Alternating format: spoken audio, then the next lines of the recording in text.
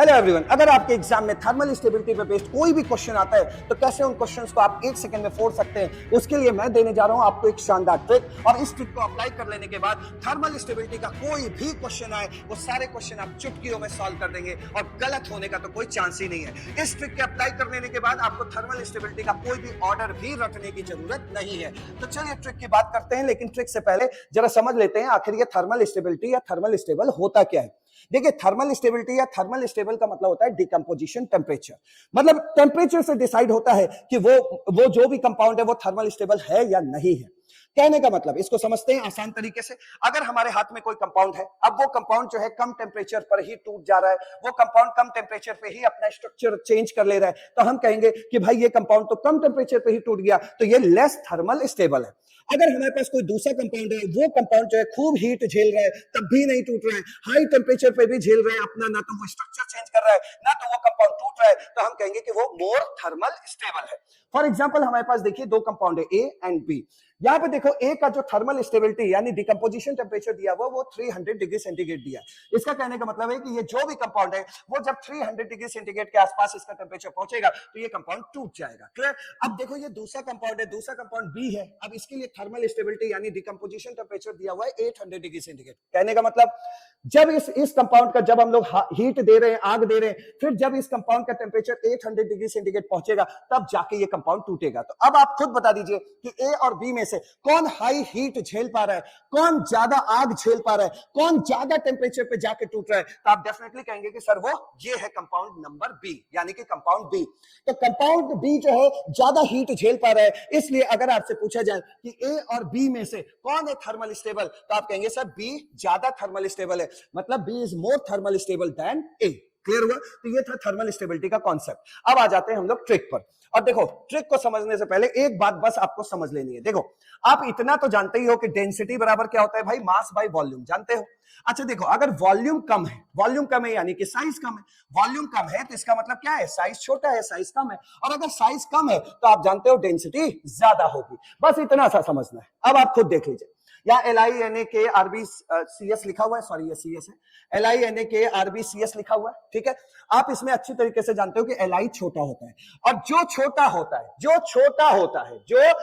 होता है उसकी डेंसिटी ज्यादा होती है।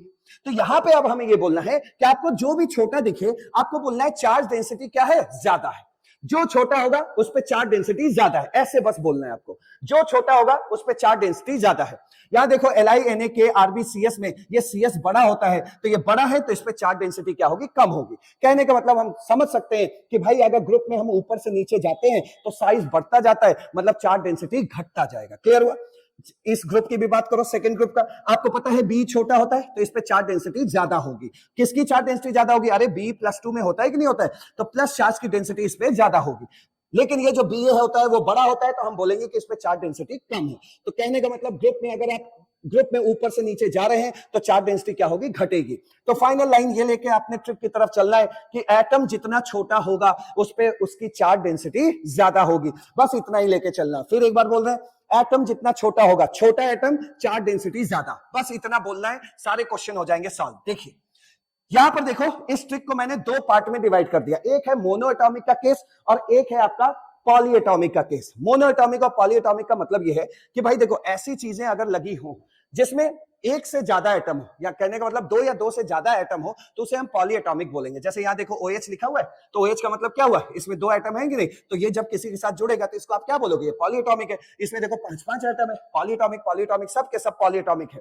मतलब दो या दो से ज्यादा जब भी होगा तो उसे हम पॉली एटॉमिक बोलेंगे। लेकिन अगर जिसमें एक ही एक है, ये देखो FCl, फास्फोरस, आयोडीन ऐसे देखा जाता है, सल्फर ऐसे देखा जाता है, तो इसको हम लोग क्या बोलेंगे, मोनो एटॉमिक बोलेंगे। क्या बोलेंगे, मोनो एटॉमिक। तो आप देख सकते हैं जो एग्जांपल मैंने रखा है मोनो एटॉमिक का है कि नहीं। यहाँ देखो H लगा है, ये H कैसा दिखता है, अकेला दिखता है कि नहीं, मोनो एटॉमिक। यहाँ देखो NH3 लगा, इस NH3 में ये मत समझ लेना 3-3 H, भाई यहाँ पे ऐसे बोलना है कि क्या लगा है, तो आप कहेंगे सर हाइड्रोजन लगा है। क्या लगा है, हाइड्रोजन लगा है। और हाइड्रोजन कैसा होता है, मोनो एटॉमिक। कैसा होता है, मोनो एटॉमिक। यहाँ भी देखो हाइड्रोजन लगा है, हाइड्रोजन कैसा होता है, मोनो एटॉमिक। यहाँ भी देखो हाइड्रोजन लगा है, हाइड्रोजन कैसा होता है, मोनो एटॉमिक। तो देखो भाई, मोनो एटॉमिक का कोई भी केस आएगा, मोनो एटॉमिक ये पूरे इनऑर्गेनिक को कवर कर लेगा, ये और ये वाला ट्रिक, ठीक है। तो दो ही ट्रिक सीखना है, सारे क्वेश्चन आपके इनऑर्गेनिक केमिस्ट्री के हो जाएंगे। तो देखिए अगर मोनो एटॉमिक का केस है तो जिस पर चार्ज डेंसिटी ज्यादा होगी उसकी थर्मल स्टेबिलिटी भी ज्यादा होगी। हो गया, बहुत आसान हो गया ना। आओ देख लो फटाफट, ये देखो Li छोटा है, चार्ज डेंसिटी ज्यादा होगी। Li छोटा है, देखो Li Na K RbCS है कि नहीं, तो ये छोटा है, ये बड़ा है कि नहीं है। तो अगर ये छोटा है तो चार्ज डेंसिटी ज्यादा होगी, चार्ज डेंसिटी अगर ज्यादा है तो इसकी थर्मल स्टेबिलिटी ज्यादा होगी। बन गया ना ऑर्डर, ये देखो बन गया। इधर देखो NPSSB, ये कौन सा ग्रुप है भाई, 15 ग्रुप है। आपको पता है नाइट्रोजन छोटा होता है, नाइट्रोजन छोटा होता है, और ये Sb क्या है, बड़ा होता है। जो छोटा होता है चार्ज डेंसिटी ज्यादा, और चार्ज डेंसिटी अगर ज्यादा है तो थर्मल स्टेबिलिटी क्या होगी, ज्यादा होगी। तो चार्ज डेंसिटी इसकी सबसे ज्यादा है अपने ग्रुप में, तो चार्ज डेंसिटी ज्यादा, क्योंकि ये अपने ग्रुप में सबसे छोटा है, तो चार्ज डेंसिटी ज्यादा तो थर्मल स्टेबिलिटी ज्यादा। बन गया आपका ऑर्डर ये, ठीक है। आगे देखिए H2O, ये भी किसका केस है, मोनोएटॉमिक का। और मोनोएटॉमिक में क्या बोलना है, चार्ज डेंसिटी ज्यादा तो थर्मल स्टेबिलिटी ज्यादा। इधर देखो H2O लिखा है, ये देखो ऑक्सीजन OSACT, आपको लग रहा नहीं है 16 ग्रुप है, तो 16 ग्रुप में सबसे छोटा कौन होता है, ऑक्सीजन। तो ये ऑक्सीजन छोटा है और ये टेलोरियम क्या है, ये बड़ा है। जो छोटा होता है चार्ज डेंसिटी ज्यादा, चार्ज डेंसिटी ज्यादा अगर मोनोएटॉमिक का केस है तो चार्ज डेंसिटी ज्यादा तो थर्मल स्टेबिलिटी ज्यादा।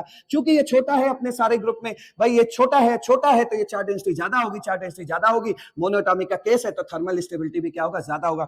यहां भी देख सकते हो, यहां पर आप देखो H लगा है, सब मोनोएटॉमिक का केस है। मोनोएटॉमिक के केस में क्या है, देखो फ्लोरीन छोटा है तो चार्ज डेंसिटी ज्यादा है, चार्ज डेंसिटी ज्यादा है तो थर्मल स्टेबिलिटी भी क्या होगी, ज्यादा होगी। बन गया सबका ऑर्डर। अब देख लो पॉलीएटॉमिक में, पॉलीएटॉमिक में बस क्या बोलना है, जब कभी भी आपको पॉलीएटॉमिक का केस दिखाई दे तो आपको बोलना है चार्ज डेंसिटी ज्यादा तो थर्मल स्टेबिलिटी कम। अच्छा एक बात समझ लो, कंफ्यूज नहीं होना, यहां पे ये ऑक्साइड है, अकेला O है, O-2 ऑक्साइड, लेकिन यहां पे ये ऑक्साइड नहीं है, देख लो ध्यान से, ये पेरोक्साइड है, ये सुपर ऑक्साइड है, और ऑक्साइड में भी दो होते हैं, सुपर ऑक्साइड में भी दो होते हैं, तो ये किसका केस बनेगा, पॉलीएटॉमिक। तो ये सब पॉलीएटॉमिक, और पॉलीएटॉमिक के केस में जिस पर चार्ज डेंसिटी ज्यादा होगी उसकी थर्मल स्टेबिलिटी क्या होगी, कम होगी। तो चलिए चेक कर लेते हैं, Li छोटा होता है अपने ग्रुप में और CS बहुत बड़ा होता है, तो चार्ज डेंसिटी क्या है इस पे, ज्यादा, छोटा है तो चार्ज डेंसिटी ज्यादा, और चार्ज डेंसिटी ज्यादा तो उसकी थर्मल स्टेबिलिटी क्या हो जाएगी, कम।